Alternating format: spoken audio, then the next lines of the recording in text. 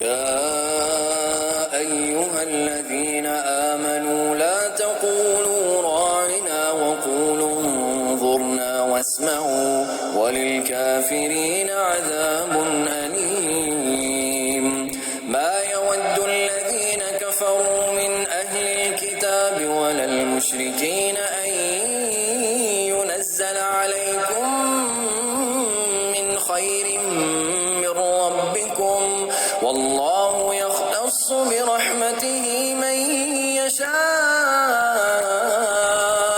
والله ذو الفضل العظيم ما ننسخ من آية أو ننسها نأت بخير منها أو مثلها ألم تعلم أن الله على كل شيء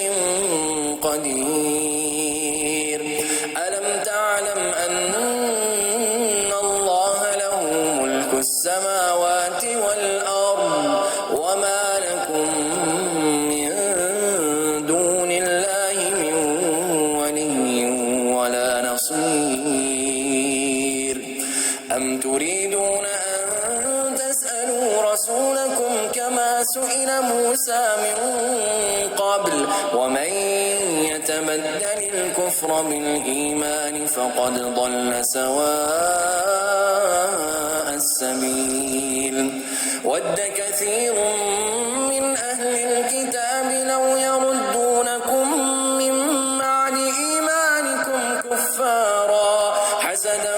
من عند أنفسهم من بعد ما تبين لهم الحق فاعفوا واصفحوا حتى يأتي الله بأمره إن الله على كل شيء قدير وأقيموا الصلاة وآتوا الزكاة وما تقدموا لأنفسكم من خير تجدوه عند الله